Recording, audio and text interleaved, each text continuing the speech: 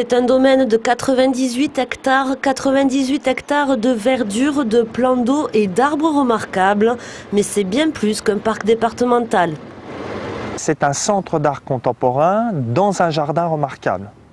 Donc l'activité du centre d'art contemporain, c'est de proposer aux visiteurs 4 à 5 expositions par an. Et puis jardin remarquable, parce que ces 98 hectares, ils sont reconnus comme un élément patrimonial très important sur ce Sud-Essonne, labellisés par le ministère de la Culture, avec des arbres remarquables, des cyprès chauves de Louisiane, un platane, et il faut l'entretenir.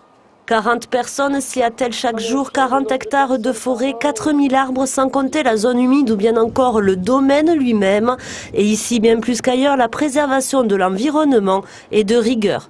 On a mis en place un plan de gestion différencié qui est en fait un entretien raisonné qui tient compte aussi bien des fréquences de tonte, de la mise en place de prairies de fauche, de la préservation de la faune et de la flore.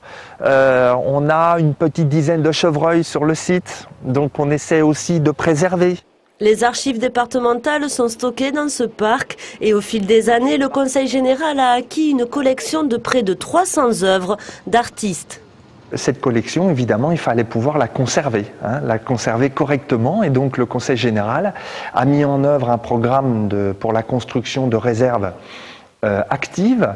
Alors, pourquoi actives? C'est parce que ces réserves, elles vont être également visitables. Il y a une notion de pédagogie. On va pouvoir recevoir les visiteurs et les groupes scolaires pour leur expliquer comment se fait la conservation, comment se réalise la conservation et s'organise.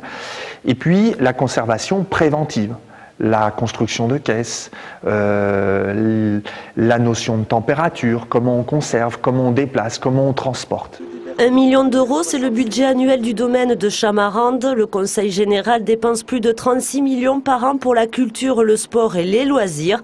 Il gère le domaine de Méréville, le parc archéologique des Thioles ou bien encore le musée de la photographie. Il subventionne et soutient des associations culturelles et leurs structures.